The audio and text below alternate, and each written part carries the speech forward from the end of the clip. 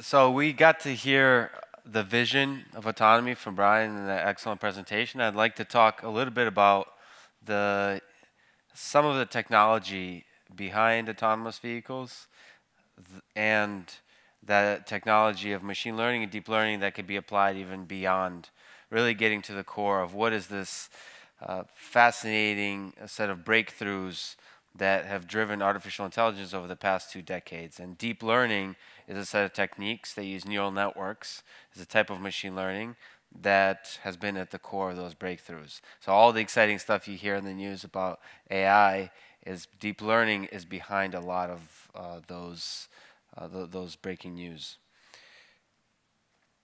So if we look at driving now, not from the policy perspective, the high-level vision and societal perspective, but really from the perspective of what it means to see the world and to act in the world. Because when we try to teach robots and artificial intelligence systems to drive, we have to now step back and think, what's actually involved in perceiving the world and acting in this world? And that is from the philosophical to the low-level engineering level is one of the fundamental aspects for our society, for our civilization that's fascinated us for decades and really for centuries, is what does it mean to see? So in order to drive, we have to be able to perceive and understand the world around us, the pedestrians, the vehicles, the road, infer through time, through space, what is around us, to be able to reason about the intent, about how the world will evolve before our eyes so we can plan around it. And that planning is the second part, the action. Once we understand the world, we have to act in the world. We have to control the vehicle moment to moment, but we also have to think forward into the future, generate possible trajectories through that world, different plans, and have ways to evaluate, just like we do in other contexts, evaluate which trajectory, which plan is better based on our different objective functions, based on our moral values, based on the different ways we've previously experienced the world and have learned about which trajectory is best. And there's a dance there. That's the game theoretic dance too, because your actions influence the actions of others. And we have learned to play that dance as human to human. And now when there's AI involved, we have to think about how we teach, how we let AI join the dance between human and machine in a way that's successful. So how do autonomous vehicles see the world? There's several kinds of sensors that feed the technology of deep learning. At the lowest level is radar. The nice thing about radar, it's cheap. It's very robust. It does extremely well in extreme weather, but it's low resolution, not much signal. It's only good for really not hitting things that are hard, right? But that allows it to be a really solid backbone for a safe autonomous vehicle, and it should always be there. Now there is a type of sensor called LiDAR, shooting lasers 360 degrees around the car that's providing a much higher resolution of depth information than radar, and does just as the radar does really well in tough lighting conditions and extreme weather conditions, depending on with some constraints, and it has 360-degree visibility. The downside is it's expensive and does not have nearly as much information as what we are able to see with our human eyes. Us human beings taking in the light that comes into the eye, that's very similar to the camera sensor, which is cameras are the nice thing about them, they're cheap, a huge amount of information. All the stuff you're looking at me now, looking around, the way we understand the world around us is through our eyes and taking in a very similar kind of information that cameras see. That's why this is a very exciting sensor for systems that learn, for using deep learning, for using machine learning.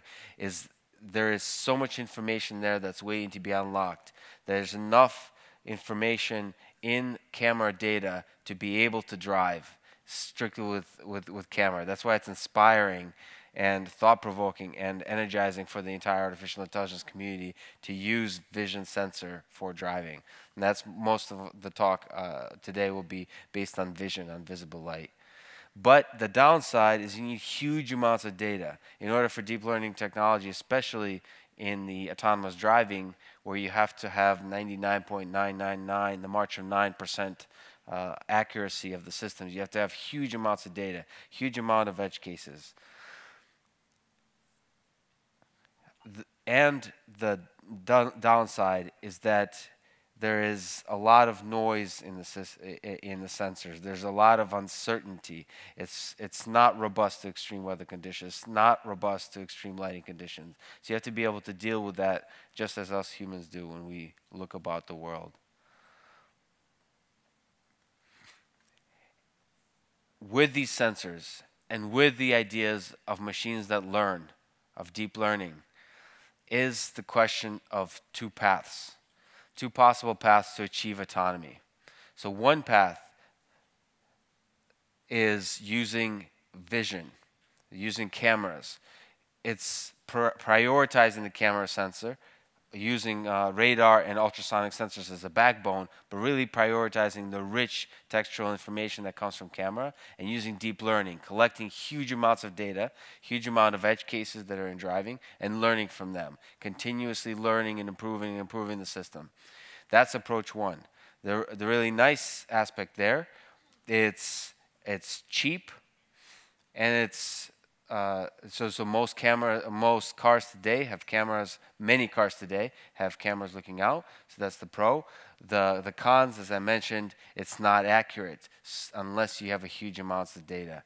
So it's a flawed system, and it's very difficult to achieve perfection. And as Brian previously has talked about, on the path to perfection is a very dangerous gray area where we don't know the human factor, the human behavior, what that looks like. So achieving perfection is necessary to build a safe system, and how hard is it to achieve with this path, perfection, is totally unknown. It may require a huge amount of data collection.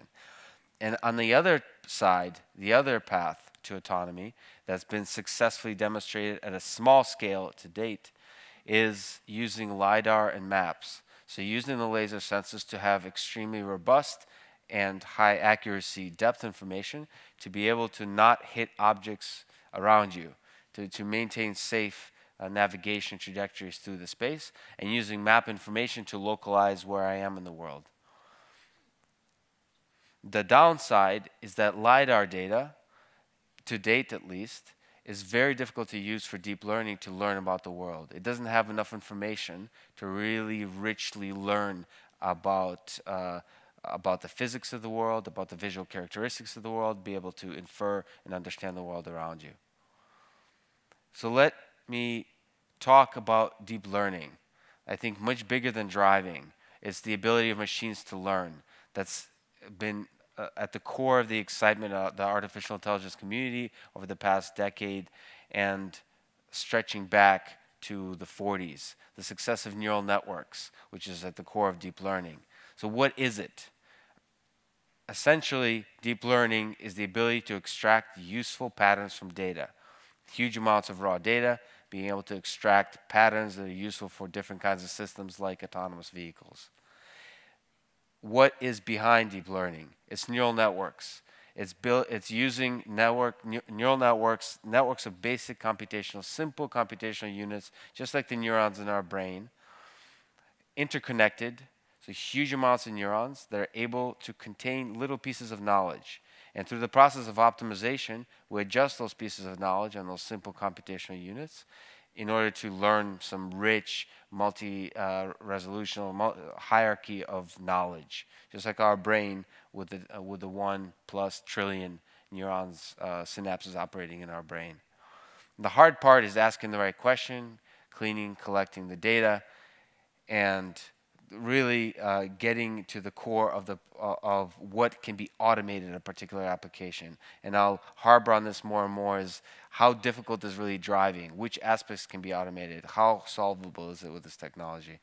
And then there's a lot of exciting progress outside of autonomous driving on the right side of the slide in application of deep learning, from face recognition to general image classification, to speech recognition, text-to-speech, general natural language processing, processing text data, going from text to speech generation, handwriting transcription, machine translation, translating from Swedish to English and back, medical diagnosis, a lot of exciting applications in the healthcare industry, and of course, autonomous driving, digital assistants, Alexa, being able to recognize the voice, be able to infer NLP, NLU, understanding what is actually being said. Just the entire aspect of language modeling has seen a lot of breakthroughs, especially in the previous year in 2018.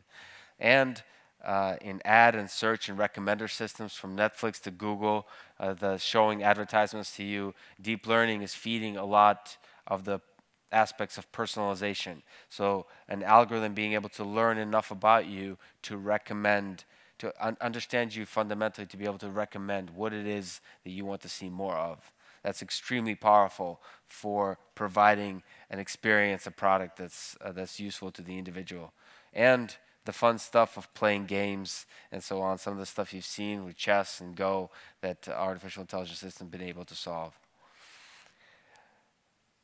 So, you know, I'm a bit of a romantic. So there's a beautiful aspect to artificial intelligence too, because it's been at the core of our of the dreams behind what we as a civilization have sought, which is to understand how the mind works, how to create intelligence. And just to put it in perspective, because I'd like to help understand, and maybe in Q&A we can have more of a discussion of what is deep learning, whatever its capabilities, but what are also its limitations. So here's a visualization of just 3% of the neurons firing in the human brain. So to put into context, most of the state-of-the-art neural networks have about 100 million neurons in them. And, 100 million synapses, so connections, which is about 10,000 times less than our human brain has. So in terms of scale, all the success that we're seeing today is on systems that are much, so 4 orders of magnitude smaller than our brain. And the question is, as we scale them up, do we start to achieve that kind of intelligence? The history of neural networks and deep learning, starting from in the 40s, have gone through some summers and some winters, 2 winters, where the entire community of artificial intelligence and industry has been extremely excited, but then funding dried out. And the same is repeated twice. And we're now in the summer, once again, of excitement, with a lot of breakthroughs starting in 2009 with ImageNet, breakthrough image classification performance on a state-of-the-art large data set from Stanford. GANs, generative adversarial networks, being able to create new visual information, new audio. It's really exciting to be able to, in an unsupervised way, to create information. Deepface,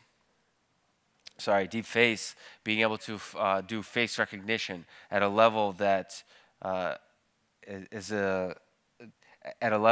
far supersedes the previous performance and makes face recognition actually good enough to be useful for us to be able to unlock the phone with your face and so on.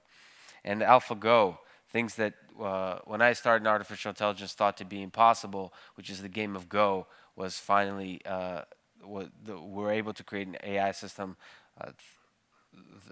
with reinforcement learning that was able to beat the world champion in a game of Go. And BERT 2018 is the year of natural language processing.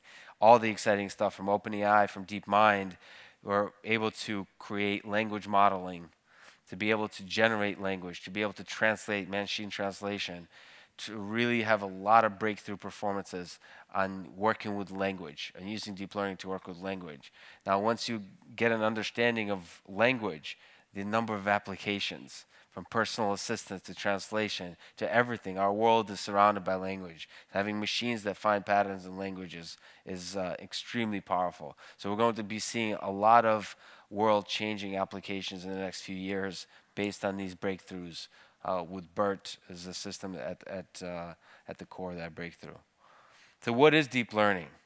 Really simply, it is the ability to find patterns in data that are extremely simple to work with in terms of inferring and understanding the world. So if you look here on the left is our a simple current view of the world where the Earth, not the world, but the solar system, where the planets are orbiting the sun, with the sun at the center of our solar system. It's a much simpler view of the world, allowing us to reason about this world much easier. Now, for most of human history, the view of the world was the Earth is at the center of the solar system.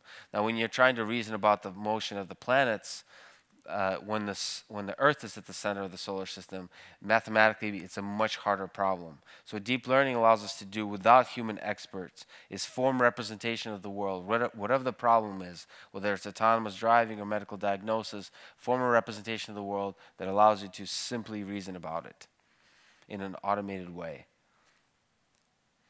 But what is it really when we talk about applying it to to real world problems? Deep learning is collecting huge amounts of data, extracting difficult representative cases from that data, having humans annotate what's going on in that data, and learning from those annotations, and repeating the process. Once the model is trained, you set it out into the world, see how well it performs, and in the cases where it fails, you're now collecting more data of those types of cases, extracting more edge cases, doing more annotation, and then learning once again and improving the performance. And this cycle is at the core of all the applications of deep learning today. It means collecting huge amounts of data, extracting edge cases, annotating them, seeing where the system fails, and repeating the cycle over and over. The power of deep learning versus traditional classical machine learning methods and artificial intelligence methods is that it's able to do the step of feature extraction in an automated way. So answering the question of what are the interesting features about this data that will be useful to solve my problem, it does that automatically. So it removes the human from that part, the expert from that part. And that's extremely powerful because you can now scale the amount of data you can learn from, because the feature extraction is automated. As opposed to having 5, 10, 20 features, you can have millions of features to learn from that are automatically discovered. And that means that you can never run out of data. The more data is better. It always improves with data. Now, that's the power, the excitement of it. Means that with that step, the cycle of force, huge data collection, edge case extraction, annotation, and training, and repeating that cycle, you can solve so many problems in this world. So many aspects can be automated to create products that create great experiences and make for a better world, better lives, better quality of life, and hopefully save lives in the autonomous vehicle space. But there's challenges, and I'd like to talk about them. We're now at this peak of excitement, I would say, on the Gartner hype cycle of deep learning and self-driving. We don't know really where the wall is. We haven't really hit the limits of these technologies, but there are limits. If we look at the systems that are successfully operating in the physical world today, so robotic systems, they're primarily not learning-based systems. They have strong sensors and use rule-based, model-based, optimization-based control to be able to navigate this world. So if you look at Boston Dynamics, really the state-of-the-art robotic systems today, they use almost no machine learning, almost no deep learning. If you look at the state-of-the-art fully autonomous vehicles with a safety driver operating on roads today, they are using almost no deep learning. They're using some deep learning for the computer vision aspect of perception to give fine-grained information on top of what the traditional model-based methods are doing.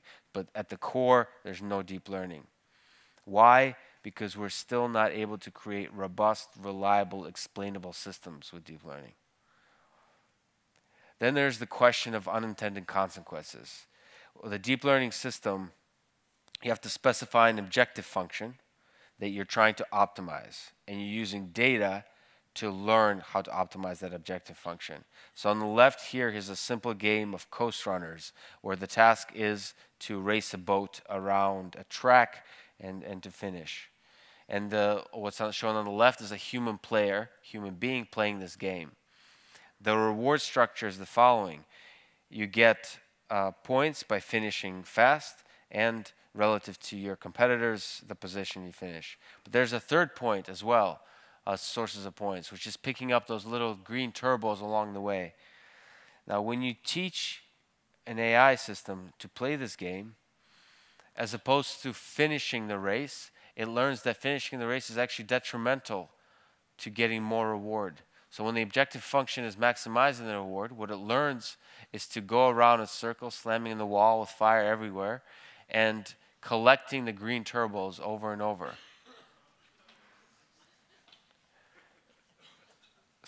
So that's an unintended consequences of a very simple objective function that says I want to maximize rewards.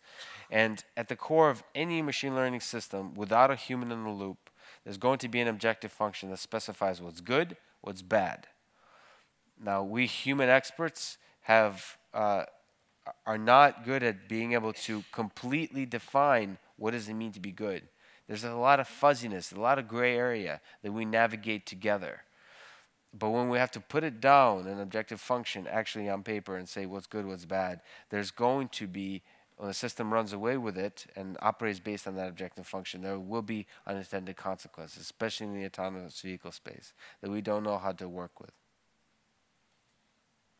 And there's the general problems of pure perception, which is the lighting variations. We take for granted how good our brains, how our visual cortex is with understanding that, for example, the man on the top left is the same person, even though the lighting variation, the extreme lighting variations, different light sources. To a computer vision system, it's a very different, each one of those pictures is very different. All the different pose variations we have to deal with, all the different interclass and interclass variation. So we have to deal with, we have to learn with occlusions. So being able to recognize objects with only part of it is visible. Then there is, and that's the pure perception. Then there is the much bigger problem of just even understanding the scene. Here's a picture of former President Obama making a practical joke on one of the staffers stepping on the way. We don't know how to reason about the reflections in the scene, which is extremely important for autonomous vehicles. That the person in the mirror is not a real person. We don't know how to use extremely sparse information. Like most of us are able to recognize that it's a President Obama from just a few pixels of his face. We don't know how to do 3D structure except minimally through motion from the scene, and us humans are able to immediately infer that there's a foot being stepped down onto the scale.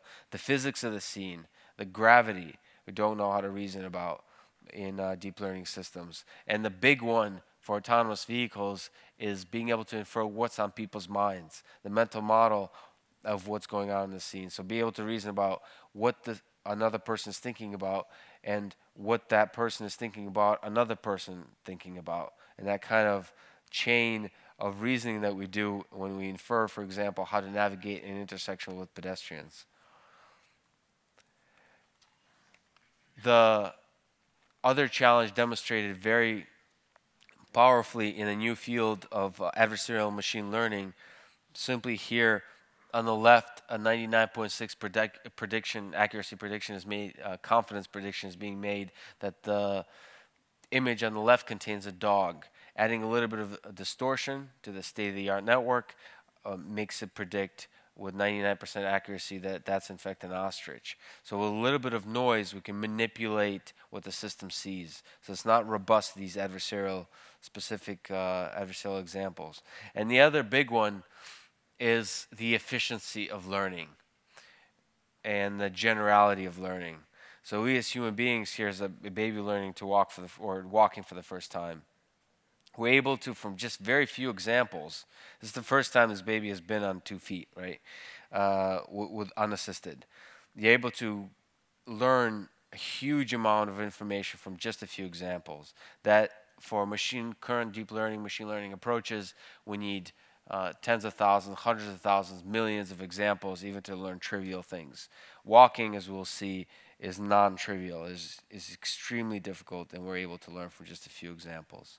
So where do we stand in the autonomous vehicle space?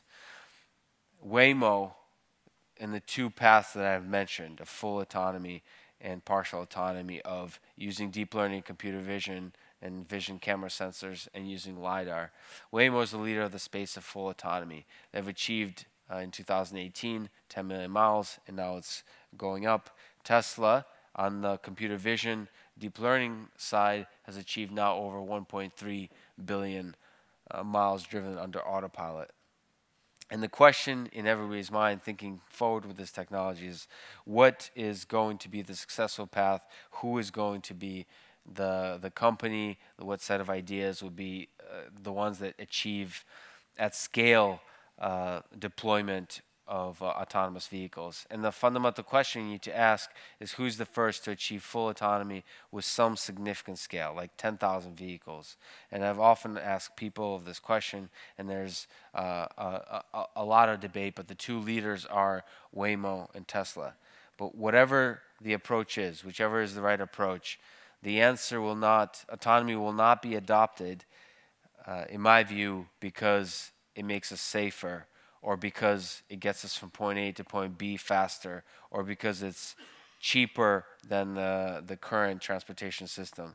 It'll be adopted because it creates a better experience. And I think that's the fundamental thing that we need to solve. On the deep learning side, the algorithms we employ need to be ones that create a better experience. And our intuition about the state of autonomous vehicles that I think is misleading, that takes us away from creating a human experience, that takes us away from creating a human-centered autonomy, is the following. One, that was grounded, as Brian described the history of autonomous vehicles, grounded in the success of the DARPA challenges, where cars successfully drove through the desert autonomously, and then a few years later successfully drove through a city, through an artificially constructed city environment autonomously. They give us false hope about how easy this problem is. And I would summarize the intuition in 3 points. One, we believe the driving task is easy. That you just stay in lane, stop for a stop sign, stop for a red light, go when it's green, and so on. It's easy to automate. Step two, or assumption two, is that humans are bad at driving. There's a lot of examples that we saw people doing all kinds of things in the car, or constantly distracted, drugged, drunk driving, and so on. So if driving task is easy and humans are bad at driving, it'll be easy to automate the task such that it'll be safer than a human. Those are the two assumptions. And finally, the third assumption is that humans and automation don't mix well. There's a lot of body of literature where the interplay is very difficult to get right, the collaboration between humans and machines. There's a lot of work that's showing that humans will become complacent, become disengaged, will overtrust the system, and so on. Those are the assumptions that led to the development, that led the big push towards full autonomy, of creating LiDAR-based systems that are, essentially don't have a steering wheel. But while those assumptions may hold true, it is my belief that they will not. And we have to think about how we engineer systems when they don't hold. That all those assumptions are wrong. And let's look at them a little bit more carefully. Because if the driving task is easy, we have to solve this problem of nonverbal communication between cars, the subtle and not so subtle dance between vehicles when we change lanes, when we interact with each other in intersections. We have to react in split second, 100 milliseconds, 200 milliseconds in extreme lighting conditions. When the visibility is extremely difficult because the lane markings are blocked, the different characteristics of the roads are blocked because of snow or rain, and the slippery nature of the road makes it difficult to make controlled decisions in a timely fashion. And the most difficult aspect is the humans, always, is the pedestrians here, or the cyclist. We have to be able to navigate through this intersection They have to assert our presence to this intersection. So you'll see here a few vehicles pushing themselves through, nudging themselves through.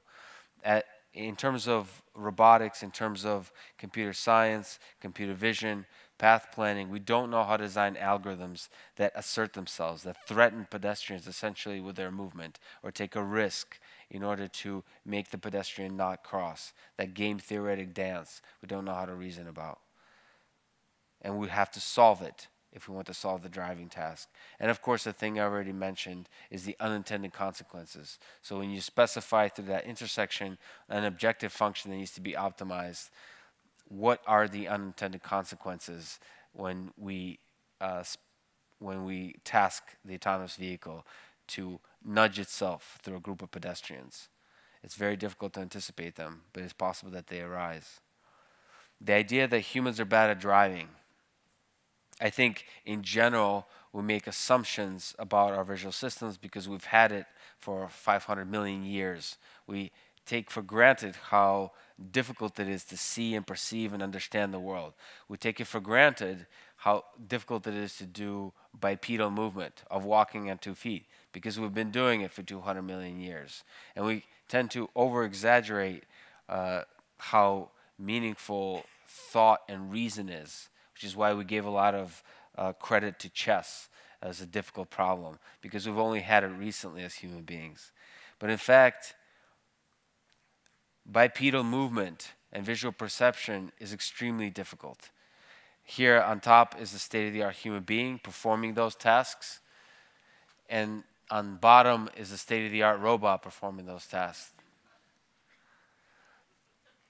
We take for granted how difficult it is to walk, to run, to respond to uncertain conditions, and how to, under those uncertain conditions, execute successfully. The same is true with just even basic movement. I showed the baby walking for the first time, perhaps much more successfully than the state-of-the-art multi-million-dollar robots and below. So the state-of-the-art human, but we can even just go back to the baby compared to the state-of-the-art robots. So these are semi-autonomous robots where there's still humans helping them navigate, but under imperfect communication channels. So they're not even fully autonomous, and they struggle with the basic task of walking, opening a door, of stepping down and up a step, and so on. And the idea that humans and automation don't mix well. I think Brian spoke eloquently to this point, so I won't talk too much about it, but it's an open question. There's a lot of body of literature, and in the work we're doing here at MIT, collecting the data in these different types of systems, that there is a lot of evidence and a lot of open questions about what happens when the systems get better and better and better, and we begin to overtrust and become complacent. But there's also a hope, as was mentioned in the Tesla data that we've collected. There is elements that seem to manage successfully the natural tendency of human beings to overtrust, to become complacent, to lose vigilance. In our data set, in the 18,000 moments when the driver chooses to disengage, they seem to be remaining functionally vigilant. So there's elements there that are working. This dance between human and machines are working. We need to be able to specify, make explicit what is it about that works. Is it the, as Brian talked about, the imperfection of the system? So when it fails every 9.2 miles, is that an essential element? Or is it the another essential element, the ODD, operational design domain, being not very restricted? So drivers of Tesla vehicles being allowed to essentially use the system anywhere on the road, and through the experiential learning be able to understand the limitations of the system, and really that they can't trust the system to drive itself autonomously, that they need to always be paying attention. So this approach of human-centered autonomy means that on the path, if those three assumptions don't hold, and in fact the driving task is hard, and the humans are actually very good at driving. And it is possible to design systems in a human-centered way that manage that successfully collaborate between human and machine. Then that means that some high percentage of the time, 90, 95, even 99% of the time, the system is able to perceive the world around itself and plan successfully. But when it fails, when it doesn't know what to do, the human is there to catch it.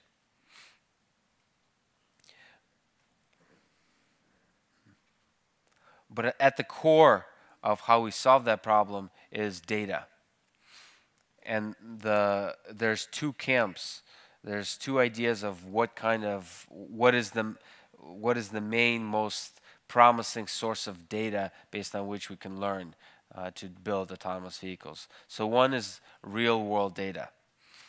And that means collecting data from manually driven vehicles, the 3.2 trillion miles driven every year, semi-autonomous vehicles like the 1.3 billion driven in Tesla Autopilot, or the fully autonomous vehicles being tested on public roads, the 10 plus million miles driven in Waymo vehicles.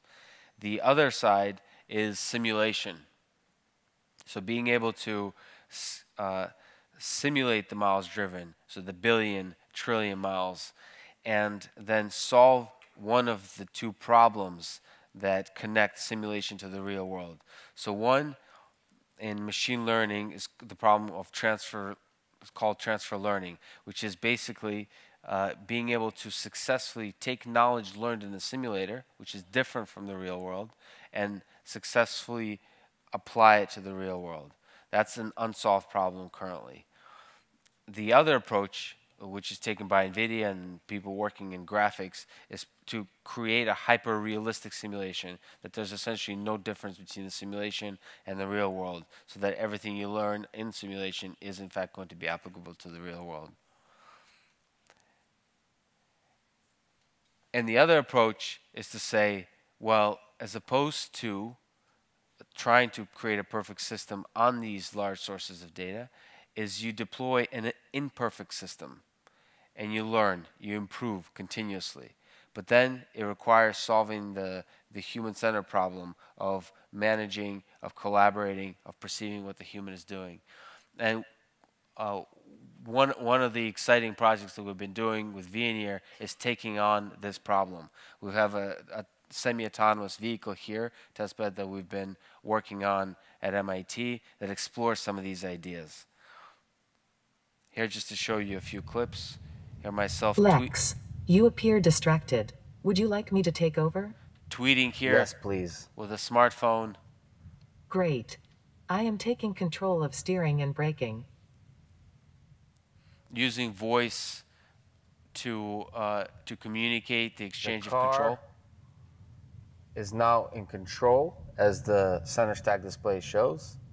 So I will continue with the tweet. Glance classification of whether the driver is looking on-road or off-road, allowing one to engage in the most important task of the day, which is tweeting. Here is an illustration Elevated of pedestrian driving risk detected. and risk I am estimation. stopping for a pedestrian. So estimating the risk of the environment based on the presence of the pedestrian and other factors. So here slows for the pedestrian. Lex, pedestrian is blocking our lane of travel. Should I honk? No, please shift. And so there's in the human-centered approach, there's a set of fundamental open problems that need to be solved, and we're taking on each of them. And I'll show you a few clips of the first one. But first, it starts at driver sensing, being able to perceive what the driver is doing, perceive everything about the human being, from where they're looking to the cognitive load to the activity. Then there is interacting with the pedestrians, with the humans outside the vehicle, and getting right that game theoretic dance between getting from point A to point B fast and doing it so safely. And then there is the managing of the functional vigilance, the creating systems where the human don't become complacent, don't overtrust. And really importantly, creating an enjoyable, valuable experience where people would want to use the system and want to pay for the system. And the social factors of public perception and policy, of course, are extremely difficult and extremely important to solve. So to give you a sense of much of the focus of our deep learning work on the driver side of perception, there's so many interesting things that could be detected from the raw of pixel data of the driver. So it's starting from just the basic detection of body pose and classifying where the driver is looking, to the more interesting, subtle things about the movement of the pupil, the cognitive load, drowsiness, and so on. So it starts with glance classification, determining when the driver is looking on-road or off-road.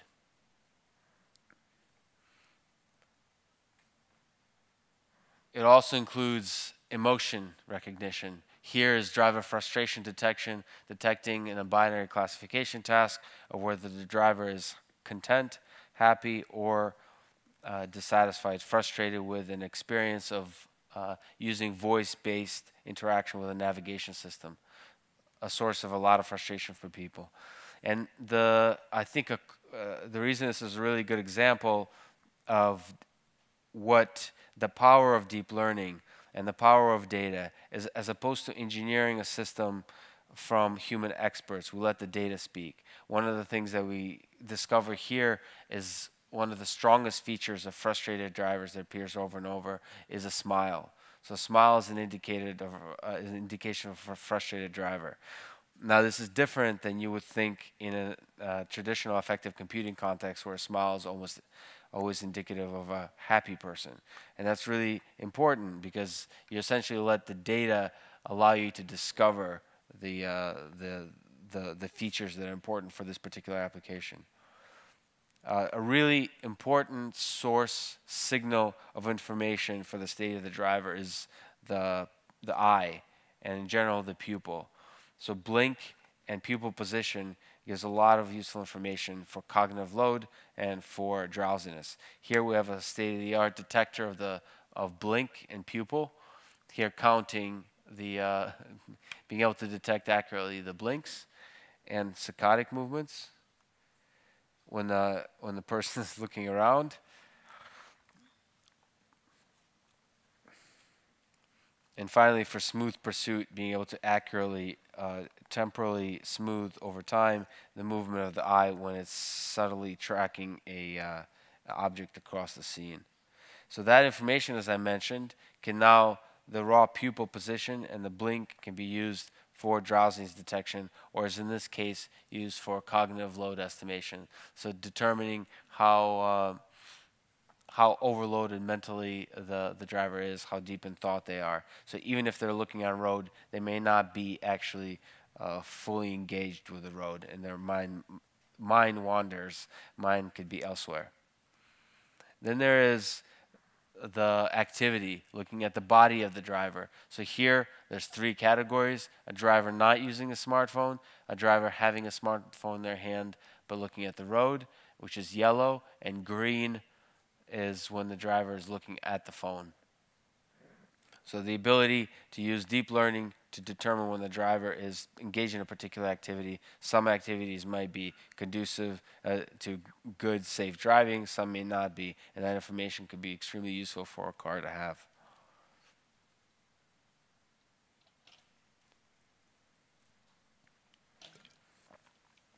So in the meantime, there's just an exciting set of progress, but also a difficult set of challenges that we need to solve.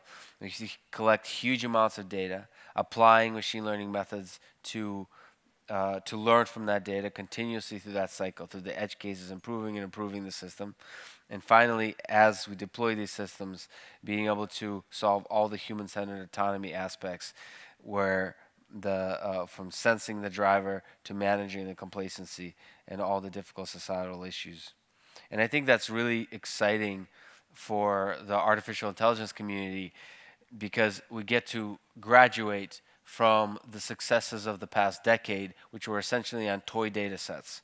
in image classification, looking really at the difference between a cat and a dog, performing state-of-the-art there, but not much use in the real world, not impacting the lives of people, and get to graduate to use these same algorithms of neural networks to build autonomous vehicles, to do medical diagnosis, and so on. It's a really exciting opportunity. At the core of this opportunity is always a question here from one of my favorite Swedes, Max Tegmark, who's now at MIT, visualization of the rising sea of human competence is basically different problems in the space. You can think of different applications in the space, and as our artificial intelligence systems, as the power of deep learning grows and is able to solve many of these problems, the questions arise of how difficult various problems are. So in this visualization, we're just about, our best techniques are just about to solve driving. So driving is very close to sea level. It's still an open question how difficult that case is. But we also have to think about scientific of natural language generation, theory improving, and all the different jobs that could be automated, how difficult they are. And that's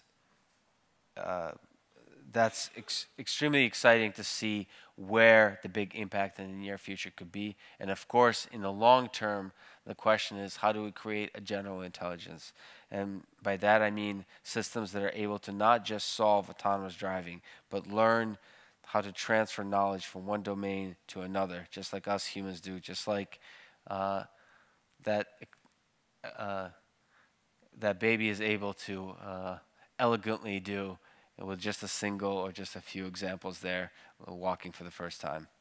So with that, I'd like to thank you for being here, and thank you for being here in Sweden. It's my first time here.